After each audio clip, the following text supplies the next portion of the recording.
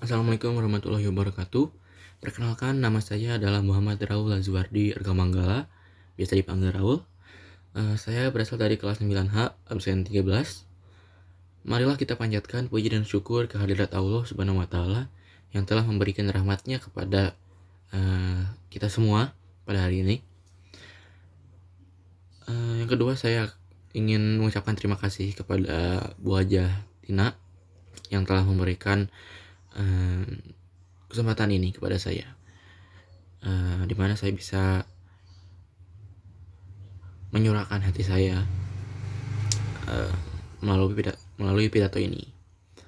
Pidato saya kali ini tentang korupsi rugi dunia akhirat. Korupsi adalah sebuah hal yang cukup banyak terjadi di Indonesia gitu. Mulai yang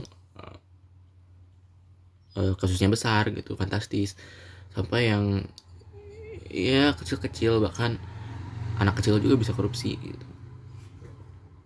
Nah, menurut Google, korupsi itu adalah sebuah tindakan penyalahgunaan atau penyelewengan uang negara yang dilakukan oleh pejabat politik pertama. Yang kedua, disebutkan pihak lain yang berarti masyarakat gitu. Nah, itulah anehnya gitu.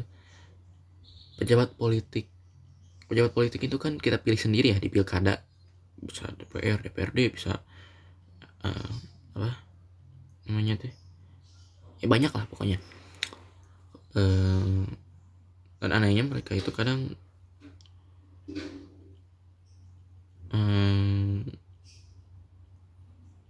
lewati batasnya gitu.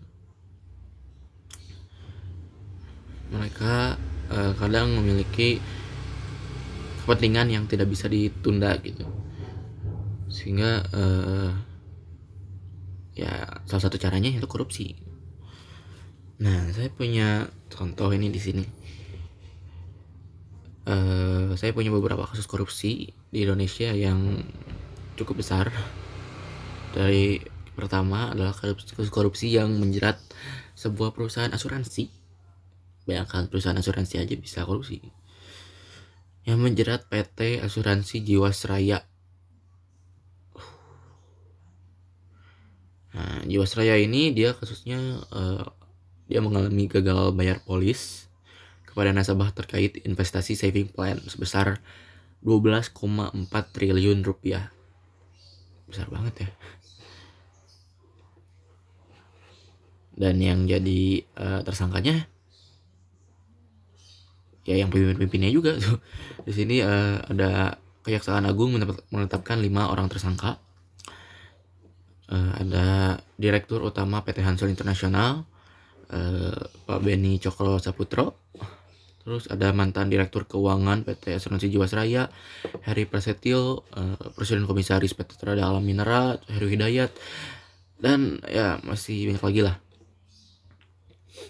Terus kalau kita mau lihat dari sisi politik, ada juga nih dari kasus korupsi EKTP.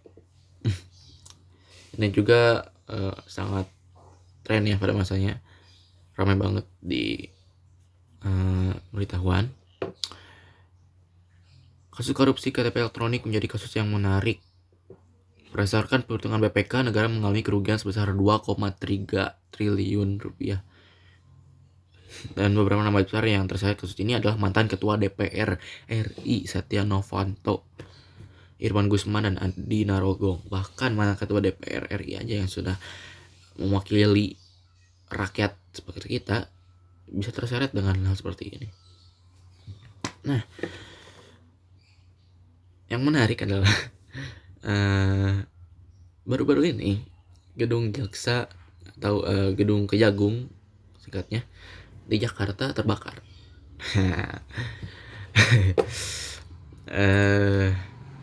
Lalu muncul beberapa spekulasi yang mencuat dari mulut rakyat.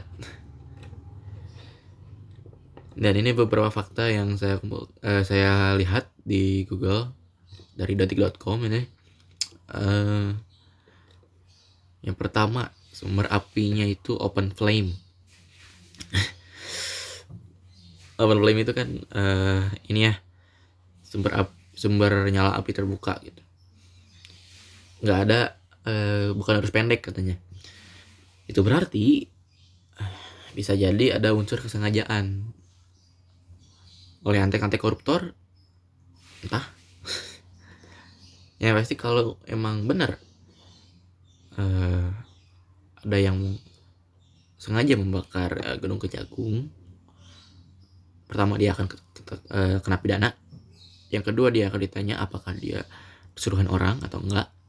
Kalau dia suruhan orang, kalau misalnya dia koruptor, dan kalau misalnya si orang yang menyuruh itu ternyata terbukti seorang koruptor, kalaupun dia dibawa ke pengadilan, masalahnya ini gedung udah kebakar, bukti-bukti yang telah dikumpulkan juga ya udah hangus gitu. Makanya bisa bebas gitu koruptor ini. Makanya bahagia sekali sepertinya. Ini lucunya negara ini gitu. Baik. In video. Nah, sorry ya gangguan tadi. Nah, ya itulah beberapa hal ya dari tren korupsi yang ada di Indonesia.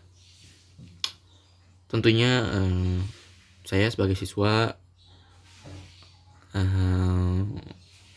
minta maaf kalau ada kesalahan kata yang menyinggung hati para penonton. Saya juga masih belajar ya, Bapak Ibu teman-teman sekalian. Saya juga nggak terlalu mendalami politik sebenarnya,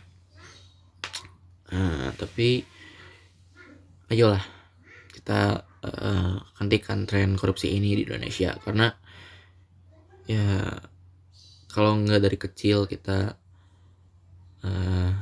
hentikan korupsi ini, ya mau siapa lagi gitu. KPK aja kadang koruptor itu bisa terlepas gitu,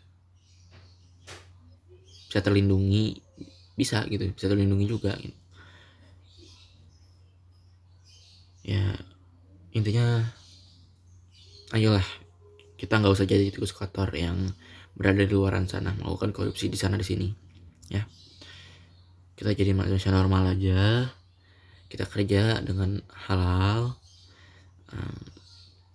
kita melakukan hal baik sebagai manusia NKRI. Sekian dari saya. Assalamualaikum warahmatullahi wabarakatuh.